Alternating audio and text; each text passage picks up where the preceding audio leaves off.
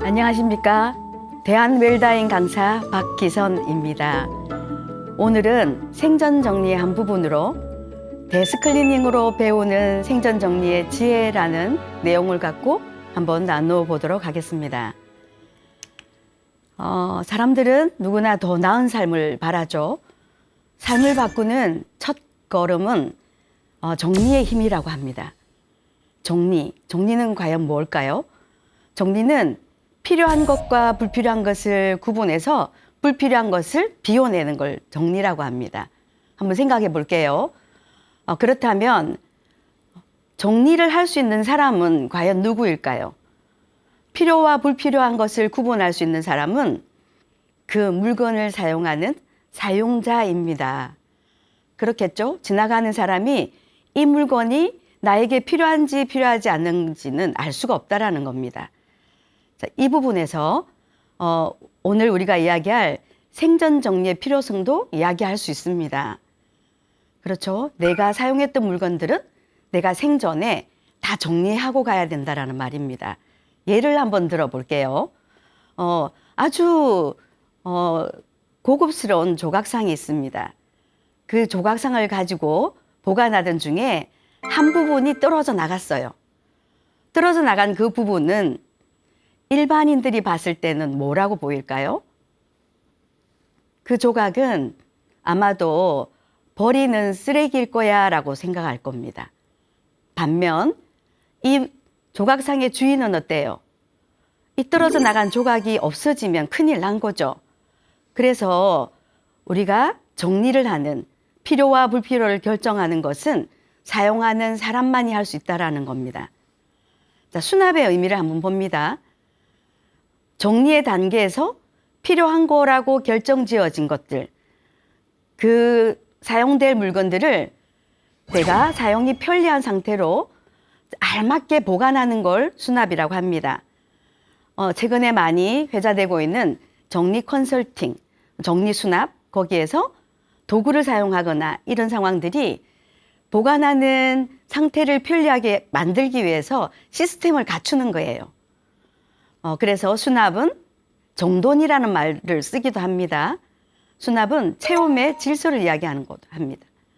자, 이렇게 단순히 물건을 치우는 것이 정리라고 볼 수 없습니다.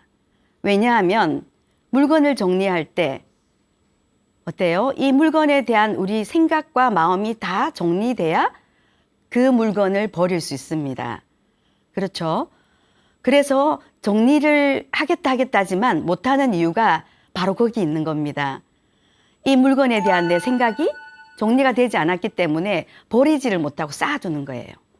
그래서 정리라는 것은 단순히 치우는 것이 아니라 내 생각, 그 스토리, 모든 것을 되돌아보면서 삶의 우선순위를 돌아보는 행위를 한다라는 게 정리의 의미입니다. 사람들은 이 정리해야 될 물건들과 어디에 살고 있죠? 집이라는 공간에 살고 있습니다.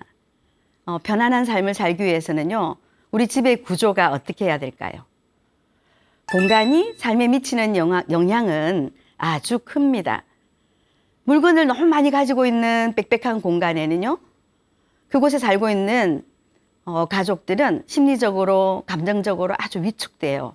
우리가 뉴스에서 봤을 때 짐이 되게 많은 집들 보면요, 그런 분들을 지나치게 상식 이외로 많이 갖고 있는 분들을 호더라고 명명합니다. 이 호더들은 물건의 필요와 상관없이 무조건 모아서 공간을 빽빽히 채우는 거예요. 그곳에 살고 있는 분들은 대부분 심리적인 불안증을 앓고 계십니다. 반면 텅 빈 공간은 어떨까요? 텅 빈 공간은 오히려 공허하고 외로움을 느끼게 합니다. 예를 들어 볼게요. 아파트 입주하기 전에 비어져 있는 공간을 들어가 보세요. 소리도 울리고 그 공간이 되게 공허하다고 느껴지잖아요. 그래서 우리가 사는 이 공간은 빽빽한 물건과 아니면 너무 없는 물건의 공간, 여기에는 균형을 갖춰야 됩니다. 그래서 공간의 균형이 갖춰졌을 때 우리는 삶의 균형이 갖춰졌다라고 이야기합니다. 윈스턴 처칠 경이 이런 이야기를 했어요. 환경이 의식을 만든다라고 하죠. 원래 직역된 말은 사람은 건물을 짓고 그 이후에 건물이 사람을 만든다라고 합니다. 환경이 우리도 모르는 사이에 나의 삶을 만들어 가죠. 좋은 방향, 불편한 방향으로. 그래서 정리라는 것은 어떻게 보면 균형감 있는 삶을 만들어 가기 위한 삶을 조율하는 과정이라고 설명할 수 있습니다. 그래서 우리가 살고 있는 공간이 말은 하지 않지만 메시지는 계속 보내요. 그죠? 물건이 너무 많으면 너무 답답해, 너무 불편해, 불안해라는 메시지를 보내주고, 정리가 잘 된 공간에서는요, 행복감이라는 메시지를 보냅니다. 그래서 그 공간에 살고 있는, 정리가 잘 된 공간에 사는 사람들은요, 자기가 존중받는다라는 느낌을 받는다라고 합니다. 그래서 관계의 온도가 높아진다라고 하죠. 정리가 잘 된 과정에서는요, 충돌이 별로 일어나지 않습니다. 그런데 물건으로 가득 채워지고 어질러져 있는 공간에서는요, 우리 마음도 그렇게 불편하고 그리고 불안한 기저가 강하기 때문에 충돌할 일들이 많아진다라는 거죠. 자, 우리 정리는요, 이제 공간을 통해서 우리를 건강하게, 행복하게도 만들어줍니다. 어느 이제 심리 이론에서 이런 이야기가 나옵니다. 정리는 자아 통합으로 가는 통로다라고도 이야기합니다. 자아 통합이라는 말은 무슨 뜻일까요?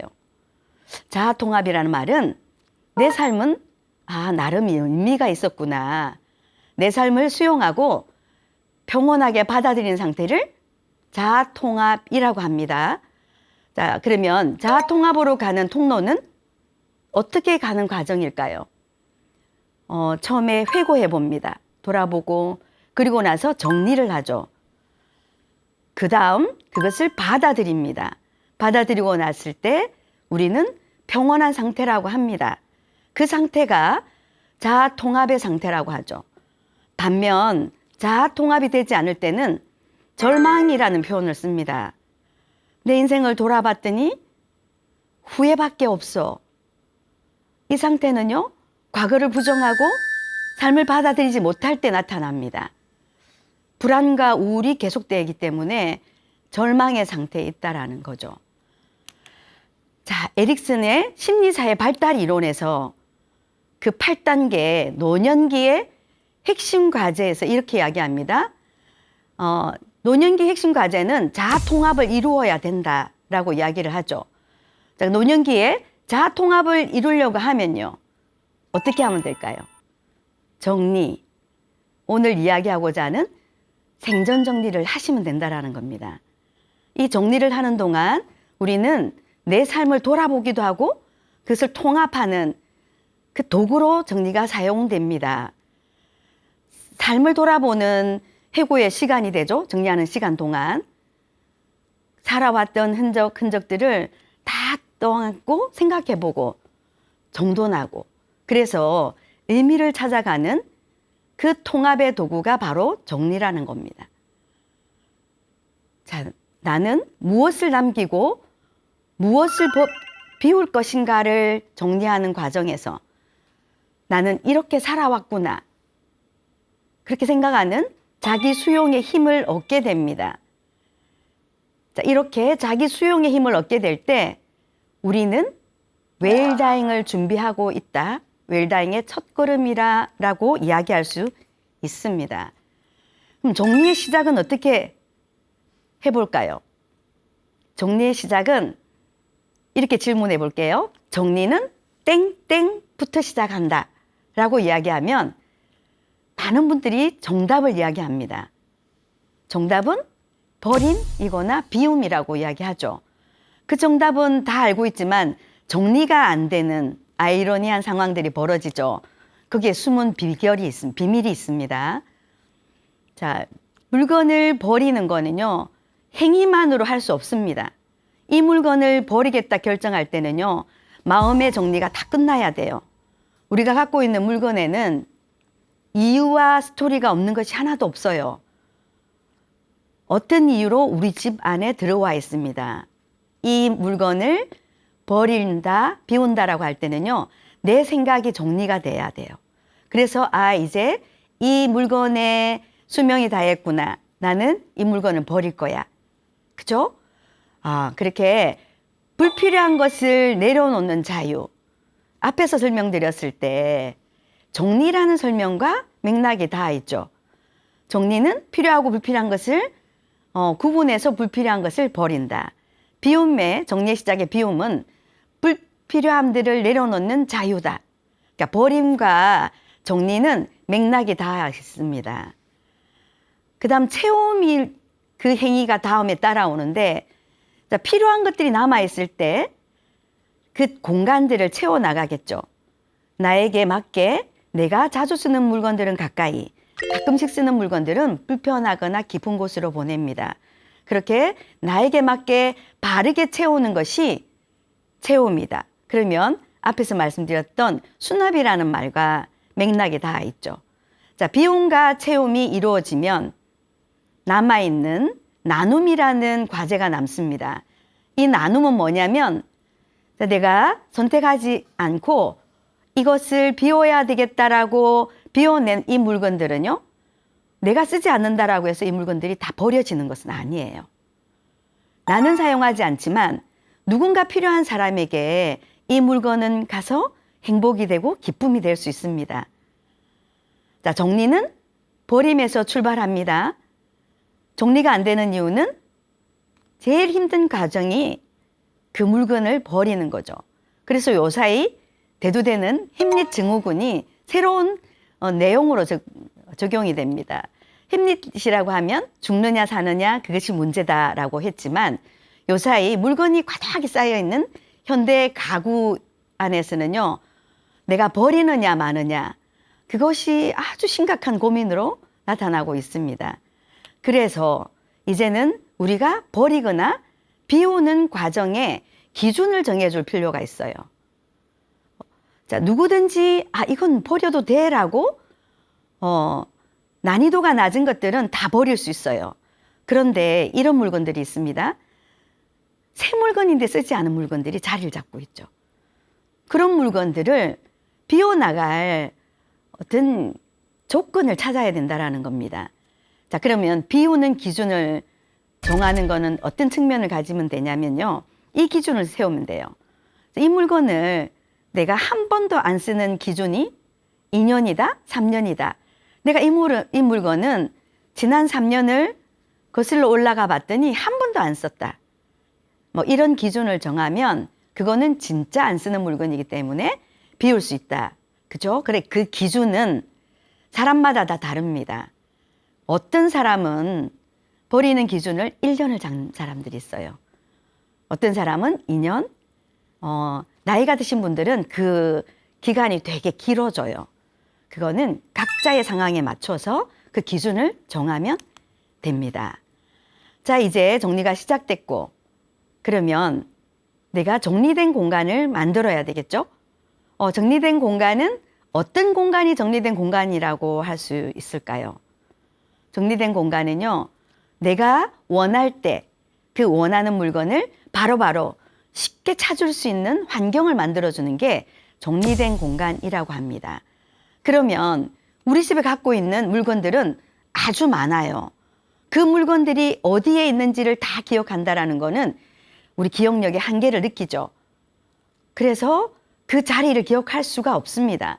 늘상 하는 일들이 여긴가 저긴가 찾으러 다니는 부산스러운 행동을 하고 다니잖아요. 그래서 이제는 어떻게 하냐면 물건의 장소를 정합니다. 그 장소에 비슷한 것끼리 분리해서 넣는 거죠. 여기서 정리의 가장 쉬운 팁을 하나 말씀드립니다.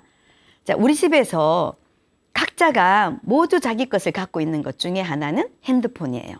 그렇죠? 핸드폰은 어때요? 모든 가족들이 막 찾으러 다녀요. 엄마, 나 핸드폰 못 봤어? 여보, 내 핸드폰 못 봤냐고 찾으러 다니죠. 그런데 이 물건은 각자가 갖고 있는데 아무도 찾지 않아요. 칫솔입니다. 칫솔은 왜 찾지 않을까요? 그것은 칫솔은 사용하는 자리에 사용하기 편리한 상태로 공간에 세워서 꽂혀 있죠. 그리고 그 자리를 이탈하지 않습니다. 그것이 답입니다. 사용할 자리에 자리를 정해서 필요한 물건을 둔다. 그러면 기억력이 기억할 수 없는 그 한계를 도와주는 것이 장소에 비슷한 것끼리 모아둔다라는 이야기인데 이렇게 설명하면 조금 이해가 떨어질 수 있어요. 그래서 한 가지 사례를 들어봅니다. 자, 주방에서 요리를 하고, 그렇죠? 그래서 오늘 저녁에 시금치 한 단을 사서 요리를 합니다. 한 끼니에 다 먹지 않으니까 나머지는 밀폐용기 담아서 냉장고에 보관을 하겠죠. 시금치가 이만큼 남아있다라고 하면요. 밀폐용기는 어떤 걸 써야 될까요? 큰 것보다는 주먹만한 사이즈의 밀폐용기가 필요해요. 주방에서 밀폐용기를 찾아야 됩니다. 상부장 한쪽을 열었더니 큰 거만 있어요. 옆에서 다시 열었더니 어때요? 작은 것만 있어요. 저기 갔더니 딱 맞는 사이즈가 있습니다. 우리는 이렇게 중요하지 않는 물건 찾는 그 시간을 허비하고 에너지를 소모한다라는 겁니다. 그래서 딱 이렇게 하는 거, 장소를 정해준다라는 거는 상부장의 여러 통 가운데 한 통에 밀폐용기 통이라고 자리를 정해주는 거예요. 그리고 나서 그 통에는 모든 밀폐용기를 다 갖다 넣습니다. 그럼 나는 어떻게 하면 될까요? 밀폐용기를 찾아야 된다라고 하면 그 장소에 가기만 하면 된다라는 거죠. 이게 정리의 팁입니다. 그리고 그 다음에 해줘야 될 것이 이름표를 붙여주는 게 있죠. 라벨링 작업이라고 하죠. 이 라벨링 작업은 나의 기억력에도 도움이 되긴 하겠지만 우리가 사용하는 공간은 여러 사람이 쓰게 되겠죠. 누구나 찾기 쉽게 도와주는 그 역할을 이름표가 해주는 거죠. 그래서 그렇게 정리를 하고 그러면 이 물건들을 자리를 정할 때 한 가지 더 염두에 둬야 되는 것들이 있습니다. 사용 빈도별 분류라는 거죠. 내가 자주 사용하는 물건은 어디에 있어야 될까요? 의자 놓고 올라가는 높은 곳? 자, 몸을 많이 구부려서 내려가는 아래쪽 공간? 아니죠. 손이 닿기 쉬운 아주 가까운 공간에 자주 쓰는 것들을 둘 거예요. 가끔 쓰는 물건들은 어떻게 돼요? 불편한 공간으로 보냅니다. 자, 불편한 공간 중에서 윗 공간과 아래 공간이 있죠.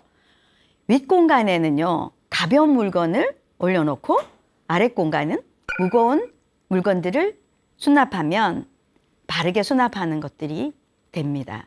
자, 우리가 사는 우리를 행복하게 만들기도 하고 불편하게 만들기도 한 이 공간에 대한 정리는 어느 정도 간략하게 말씀드렸어요. 이제 더 중요한, 더 큰 정리가 이제 남아 있습니다. 우리가 이제 생을 마감하는 날, 인생을 엔딩하는 날까지는요, 인생의 주기별 정리가 들어 있습니다. 첫 번째, 노전 정리라고도 표현해요. 두 번째는요, 생전 정리라고 합니다. 세 번째, 유품 정리라고 하죠. 자, 이렇게 정리가 세 가지가 있는데 오늘 우리가 하고자 하는 정리는 생전 정리에 포커스가 맞춰질 겁니다. 생전 정리에 비교해서 노전 정리는 어떤 이야기일까요? 우리 집을 정리한다라는 거는 에너지와 컨디션을 아주 요하죠. 그래서 이 많은 물건과 나 마음속에 엉클어져 있는 생각들을 정리하는 데는요, 에너지와 컨디션이 좋을 때여야 돼요. 그럼 언제요? 더 나이 들기 전에, 늙기 전에 정리를 하자라는 말이 노전 정리입니다. 이때는 물건들과 마음을 정리하는 목적이 내가 필요로 하고 중요한 인생에 집중할 수 있는 그런 시간을 얻기 위함이에요. 그렇게 살아갈 수 있도록 돕는 삶의 정리 전략이 노전 정리입니다. 생전 정리라는 거는요, 스웨덴의 데스클리닝에서부터 시작됩니다. 맥락은 내가 떠난 뒤에 남아있는 사람들이 내가 남긴 짐으로 고통받지 않도록 살아있을 때 미리 나의 물건들은 정리, 그죠? 사용했던 사람들이 그걸 결정짓는 게 정리라고 했잖아요. 정리해두고 남아있는 가족들에게는 그 부담을 줄여주는 따뜻한 배려의 삶의 정리 철학입니다. 자, 이제 남아있는 유품 정리는요, 우리 모두가 알고 있지만, 자, 사용하던 사람이 생명을 다하고 세상을 떠납니다. 고인이 되고 나면 그 남아있는 짐을 정리할 수 없잖아요. 그럴 때 남아있는 유가족들이 고인의 남은 유품이라는 것들을 정리를 해요. 자, 이렇게 노전 정리와 생전 정리와 유품 정리를 인생의 주기별 정리로 분류할 수 있습니다. 생전 정리에 이제 유래되었던 데스클리닝이 어떤 문화였는지를 한번 살펴보겠습니다. 이 데스클리닝은요, 스웨덴에서 온 정리 문화입니다. 원래 스웨덴어로는 도스타닝이라고 부릅니다. 자, 죽음이라고 말하는 도, 스타닝, 클리닝이라고 하는 청소의 합승어예요. 그래서 우리는 데스클리닝이라고 부릅니다. 자, 노년기 정리 문화라는 것이 스웨덴에 있는데, 이 문화는요, 은퇴 후 아니면 자녀들이 독립한 후 스스로 물건을 줄이면서 남겨질 가족에게 짐이 되지 않기를 바라는 배려해서 하는 실천 문화입니다. 자, 이런 문화가 바탕이 될 수 있었던 거는, 자, 검소함, 독립성, 그다음 책임감. 자, 이거는 북유럽 사람들의 전통적인 가치죠.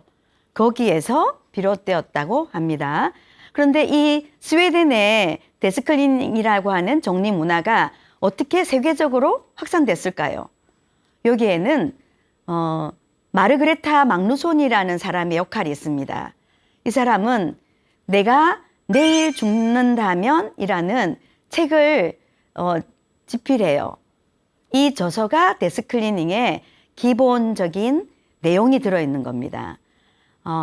스웨덴의 철학적인 이 정리, 노후가 되면 자기 물건을 정리하는 이 철학적인 정리를 좀 더 체계화해서 책을 통해서 또한 그 방송을 통해서 전 세계에 확산하게 되죠. 내용의 기저는 가족을 짐을 지우지 않겠다라는 배려와 그다음에 정리하는 사람, 그죠? 사용주가 선택하고 결정해야 되는 것들을 해준다라는 거죠. 배려와 선택, 이 모든 것들은 사랑에서 시작됩니다. 남겨질 사랑을 생각하는 따뜻한 마음이죠. 자, 이 데스클리닝을, 이 정리법을 만들게 된 계기가 있습니다. 막누손의 친정 어머님이 돌아가셨어요. 그래서 이 딸이 친정으로 유품 정리하러 떠납니다. 자, 우리가 생각하는 유품 정리의 현장은 어때요? 알 수 없는 많은 물건들이 뒤섞여 있죠. 그래서 복잡한 마음으로 막누손이 친정에 들어갔는데 문을 열고 깜짝 놀랐다고 합니다. 준비되어져 있는 물건들에는 손편지가 다 붙어 있었다라는 거죠. 친정 어머니가 친필로 내용을 다 적어놨어요. 이 물건은 이런 물건이라서 누구누구에게 내가 주고 싶다. 그런 사랑과 나눔을 메모리해 둡니다. 그리고 적임자가 나타나지 않았을 때도 이 물건은 이런 사람들에게 보내다오. 그리고 이 어머니의 행동 중에 눈여겨볼 게 이거 있습니다. 구분이 하나 있습니다. 자, 우리가 살면서 나에게는 추억이고 의미가 있지만 다른 사람에게는 아무런 영향력도 의미가 없는 물건들이 있습니다. 이런 것들은 추억의 물건이라고 해요. 내가 가지고 있는 추억과 연결된 물건들이 있는데 이 물건들은 내가 죽는 순간 아무런 소용이 없기 때문에 바로 버려져야 될 물건이에요. 그래서 이 물건들을 막누손의 어머니는 어떤 방법으로 정리를 해뒀냐면 작은 상자에 버릴 것이라고 적어놓고 그 안에 추억의 물건들을 넣어두고 그래서 가끔 내가 필요할 때 꺼내보고 내가 생을 마감하는 날은 이제 바로 누가 봐도 버려지는 물건으로 분류가 되어 있다라는 겁니다. 자, 이런 어머니의 배려 때문에 막누손이 이 정리를 하는 순간 어머니가 안 계셔서 너무 슬프고 어머니의 생각도 많이 났지만 그 물건들을 보면서 정리하는 이 과정에서는요, 막누손은 마치 엄마가 살아계셔서 옆에서 누구야, 이거는 이렇게 하렴, 이거는 이렇게 하라 라고 다 이야기해주는 그 따뜻한 사랑과 배려를 아주 가슴 깊이 느꼈다라는 겁니다. 그래서 이 정리가 정말 중요하구나 하고 데스클리닝이라는 철학적인 정리 문화가 생기게 됐습니다. 자, 그러면 데스클리닝을 저는 생전정리라는 표현으로 바꿨어요. 그렇게 강의를 하죠. 자, 그러면 여기에 변화가 있습니다. 데스클리닝, 스웨덴의 데스클리닝은 죽음을 위한 정리에서 시작됐습니다. 그런데 우리가 하는 생전정리는요, 삶을 위한 실천이라고 표현할 수 있습니다. 왜냐하면 생전정리는 나의 추억과 기억을 정리하죠. 그리고 내가 남기고 싶은 이야기들을 기록합니다. 그런 과정 중에 사랑하는 가족과 사람들과 대화하면서 소통하고, 그죠? 그래서 우리 감정적인 것들을 다 해결하기도 하고 마무리를 잘할 수 있어집니다. 자, 거기에다가 또 하나가 더 있죠. 내가 맞이하게 될 죽음의 과정에 대한 준비까지도 기록으로 남겨두는 겁니다. 예를 들면 나의 장례는 이렇게 해줬으면 좋겠어. 그죠? 나의 물건 중에 어떤 거는 어떻게 전해줬으면 좋겠어? 이런 것들을 준비해 두는 거. 그게 생전 정리라고 표현합니다. 자, 생전 정리는요, 이 정리를 하다 보면 앞으로 남아있는 삶이 더 가벼워져요. 그리고 과거의 생활, 생각, 물건들을 정리하는 과정 중에 우리는 어떻게 살아야지 될지를 알게 되는 거죠. 그래서 남아있는 이 시간들은 더욱 의미 있게 살아가기 위한 준비를 하는 것이 생전 정리라는 겁니다. 자, 생전 정리와 데스클리닝의 가장 큰 차이는요, 시작된 배경부터 달랐죠. 스웨덴의 데스클리닝은 기저에 깔려있는 전통적인 문화였습니다. 생전 정리는요, 1인 가족이 아주 많아지고 있는 그런 빠른 변화에 맞춘 삶의 정리 실천입니다. 그 배경에서 생전 정리가 생겨난 거죠. 핵심 목적이 남겨질 가족에게 정리의 부담을 줄인다라는 배려이지만 생전 정리는 그 배려와 거기에 플러스되는 것이 나의 삶이 더 조명이 된다라는 것, 더 의미가 있고 잘 살아갈 수 있게 된다라는 겁니다. 또 크게 부각되는 비교는요, 데스클리닝은 물건 중심이에요. 생전 정리는 어떨까요? 물건과 그 물건에 쌓여있는 스토리, 추억, 마음과 관계와 기록과 자산, 그렇게 보면 삶의 모든 면을 다 대상으로 둡니다. 데스클리닝이 접근하는 방식이 혼자서 정리하는 정리였죠. 그래서 가족의 소통이 조금 부족합니다. 반면 생전 정리는요, 내가 생각의 중심에 있지만 가족과 함께 대화하면서 같이 이루어 나가는 거죠. 상징하는 것이 죽음을 준비하는 청소인지 아니면 삶을 돌아보면서 더 나은 삶을 살고자 하는 건지, 그게 데스클리닝과 생전 정리의 차이입니다. 메모에 대한 것도 차이가 되게 크죠. 문서화한다라고 표현하면 데스클리닝은 메모지의 기록, 라벨링 정도라고 볼 수 있다면 생전 정리는요, 추억 상자들이 차곡차곡 쌓이는 거와 내 인생의 노트와 사전연명 의료 의향서를 작성해 놓는다는 거죠. 내가 어떤 장래를 바라는지 그 의향을 적어 놓는다는 거죠. 이런 여러 가지들이 비교되는 부분입니다. 생전 정리가 그 웰다잉이라고 하는 아주 심오한 이론의 핵심적인 실천 방법을 이야기해 주는 것. 웰다잉이라고 하는 것이 접근이 조금 쉽지는 않고 문턱이 낮지는 않지만 생전 정리는요, 누구나 할 수 있는 웰다잉입니다. 생전 정리는 웰다잉과 맞닿아 있습니다. 그죠? 그래서 생존정리의 효과와 웰다잉의 효과들은 거의 비슷하게, 그죠? 마음이 평안하고 남아있는 삶을, 그죠? 마무리를 아름답게 잘하고 뭐 여러 가지들이 비슷한 관계를 하고 있습니다. 그렇다라고 하면 생존정리는 무엇부터 어떻게 해야 할까요? 생존정리는 물건을 정리할 때 되게 어려움이 있습니다.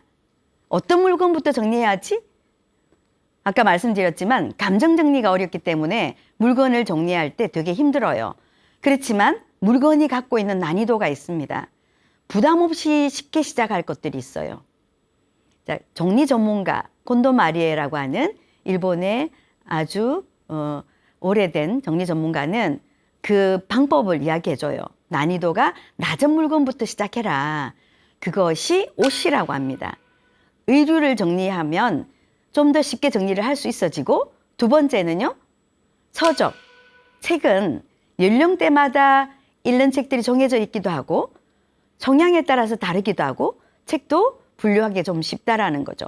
그 다음 난이도는 소품들. 마지막 난이도가 가장 높은 것이 추억이 서려 있는 물건들은 버리는 것, 정리하는 게 되게 힘들어요. 그래서 쉬운 물건부터 정리를 하다 보면 나중에 추억도 정리할 수 있는 그런 노하우가 생기기도 합니다. 오래된 서류, 쓰지 않아서 방치되었던 물건, 좀 전에 우리가 물건을 정리하는 기준을 정했죠.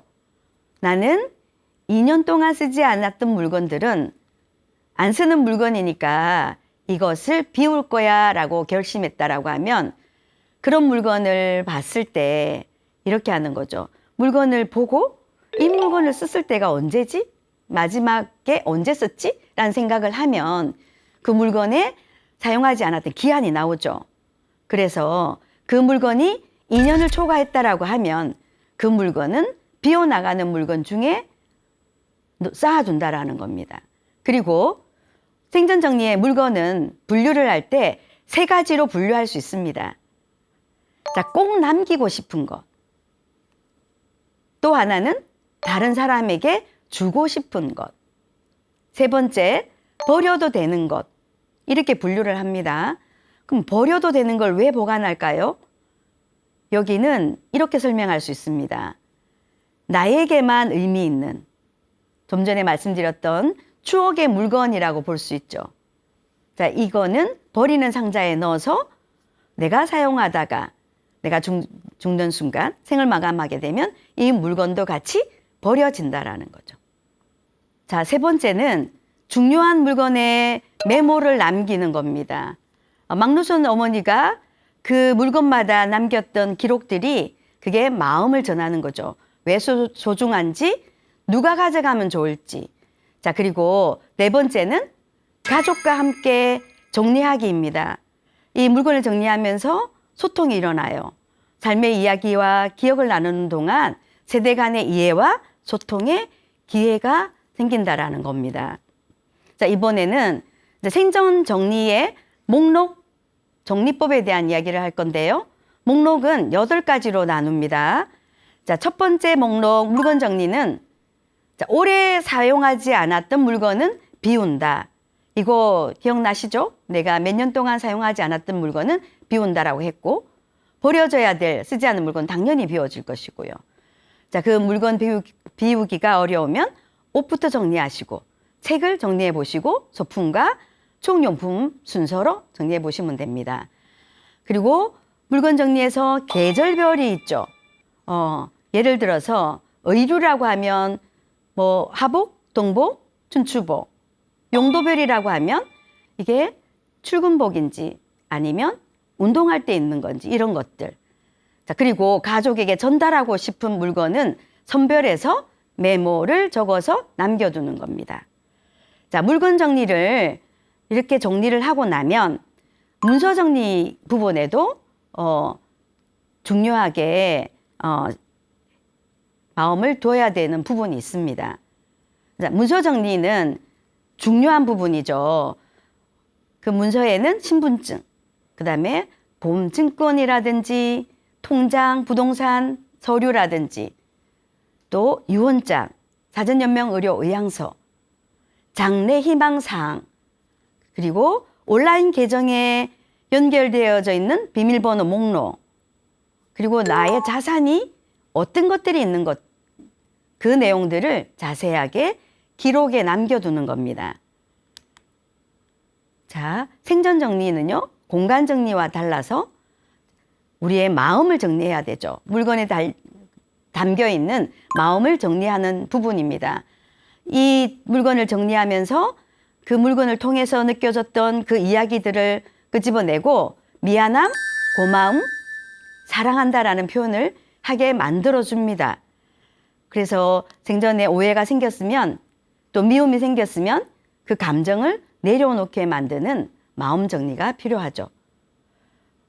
추억을 기록으로도 남겨놓습니다. 사진첩을 정리해두거나 내가 수기로 작성했던 그런 이야기들을 정리해서 놔두는 것도 마음 정리라고 볼 수 있죠. 자, 그 다음 관계 정리에서는 오랫동안 만나지 않았던 사람들 다시 안부를 전하고 또 어떤 마음에 어떤 금이 가거나 오해가 생겼다라면 그 사람들을 만나서 화해하고 마음을 전할 사람들과 만나서 문제를 해결하고 정기적인 모임과 이런 것들에 대한 것들을 다 정리하고 가족과 친구, 지인에게 남기고 싶은 말을 기록하는 거예요. 자, 그 다음 공간 정리. 이 공간 정리는요, 물건이 들어있는 그 물건들은 앞에서 정리를 했고 공간은 내가 살고 있는 집이라는 개념입니다. 그 개념의 위험한 요소들을 제거해야 돼요. 왜냐하면 이제 앞으로 불편한 생활들이 많기 때문에 바닥이 미끄럽거나 위험한 물건이 나와 있거나를 제거해주고 자주 쓰는 물건들은 공간 배치를 가까운 곳에 두고 중요한 거는 자녀나 가족에게 공간에 기억해야 될 부분들을 이야기해 두시거나 아니면은 위치를 그림으로 그리고 내용을 적어둬야 위급 상황에 응급으로 해결할 수 있어진다라는 거죠. 자, 그 다음 건강 또 복지에 대한 문제들, 병원 진료 기록 카드, 복용하는 약, 그 다음에 돌봄을 희망하는 사람이 있죠. 나중에 내가 어떤 방법으로 나를 도와다오 아니면 어떤 곳에 누구가 나를 돌봐줬으면 좋겠다. 이거는 나의 의사, 그다음 나의 생각, 또 나의 존엄을 지키기 위해서 반드시 필요한 부분입니다. 그런 부분에 대한 것들이 기록이 되고 정리되어 있어야 됩니다. 자, 장래와 사후의 준비. 나의 장래에 대한 나의 생각들이 기록되어져 있어야 되겠죠. 그리고 마지막으로 디지털 정리가 있습니다. 요사이는 고인이 돼서 떠나가셨던 분들이 온라인상에서 계속 돌아다니는 이 지체할 수 없는 많은 양의 디지털 때문에 고통스럽다라고들 하죠. 그래서 내가 사용했던 메일이거나 SNS 계정이거나 휴대폰에 들어있는 사진이나 저장되어져 있는 이런 모든 것들이 다 정리되어져 있어야 되고 그 다음 만약의 경우를 대비해서 그 아이디와 비밀번호 정도는 기록이 되어져 있고 그것을 누군가에게 이야기해 두셔야 된다라는 겁니다. 이렇게 8가지 항목으로 생전 정리를 정리하시고 나면 죽기 전에 남아있는 내 삶을 아름답게 또 그 아름다움이 내가 생을 마감하는 날 웰다잉을 할 수 있게 있어진다라는 거죠. 생전 정리는 끝이 아니라 내 삶을 직접 아름답게 정리하는 새로운 시작입니다. 자, 이 시작을 하기 전에 오늘이 내 생의 마지막 날이라면? 이라는 질문을 한번 던져봅니다. 만약 오늘이 내 생의 마지막 날이라면 나는 무엇을 남기고 무엇을 정리할 것인가? 이 질문이 오늘의 강의를 정리해서 그 실천하는 첫걸음이 될 수 있습니다. 오늘 수업은 여기서 마치도록 하겠습니다. 이상입니다.